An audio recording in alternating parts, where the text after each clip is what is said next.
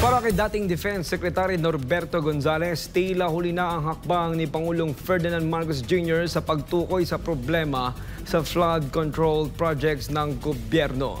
Si Almar Forzuelo sa report! Sa ika-4 na State of the Nation address ni Pangulong Ferdinand Bongbong Marcos Jr., binigyan din niya ang kapalpakan sa ilang flood control projects ng pamahalaan. Anya, may ilan dito na tila guni-guni lamang. Ayon sa Pangulo, paiimbestigahan niya kung saan napunta ang pondong inilaan para sa mga proyektong ito. Pero para sa dating kalihim ng Department of National Defense at naging presidential candidate noon na si Norberto Gonzales, ang pahayag na ito ni Marcos ay huli na. Sa eksklusibong panayam ng SMNI sa programang Pulso ng Bayan, iginit ni Gonzales na dapat noon pa ito inaksyonan. Palagay ko yung utos niya 1 year late at least. No, 1 year late. Kasi tandaan mo, isa sa mga sinabi niya yung tukol sa flood control, yung kanyang last zona.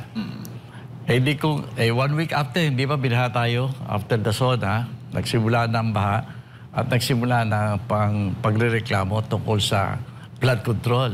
Dapat noon tinignan niya. Matatanda ang binatiko si Marcos matapos ibida sa kanyang ikatlong zona ang libo-libong flood control projects sa kabila ng patuloy na pagbaha sa Metro Manila. Ayon kay Gonzales, inaasahan sana niyang sa ika-4 na zona ipapaliwanag kung paano tinugunan ng administrasyon ang naturang problema. Sana, ang sinabi niya sa atin itong huling kuhara, report niya na kung paano niya inimbestigahan yung nangyari na, imagine, pinagyabang niya ng konti yung flood control natin last zona. Wala pang isang buwan. Binabaha na tayo eh. That should have triggered him to already assess the situation. Imbestigahan yung ano nangyari sa pinagmalaki niya na ating mga flood control programs at saka constructions. Opo. Bakit ngayon lang sinabi? Pangalawang, bumaha pa ulit. Nang tanungin kung seryoso ang administrasyon sa kampanya kontra katiwalian, ito ang naging tugon ni Gonzales. Hindi mawawalan tayo ng gobyerno kapag pinasunod niya yung anti-corruption campaign, no? Kasi halos lahat damay eh. No. Ewan natin, tingnan natin kung anong gagawin ng presidente this next 1 or 2 months. Kung talagang a-action siya. Yung sinabi niya, para kantsaw lang, mahiya naman kayo. Maawa naman kayo sa mga kababayan natin. Anong ibig sabihin nun?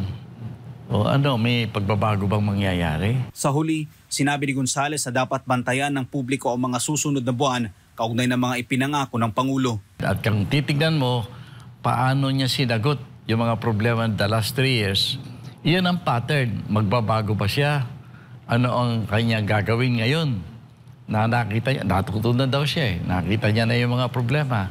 So, anong mga aksyon ng gobyerno ang mangyayari? I think the next 3 months will be important. Ayon kay Gonzales, susi ang mga darating na buwan para matukoy kung magkakaroon ng konkretong tugon ang administrasyon sa mga nabanggit na issue.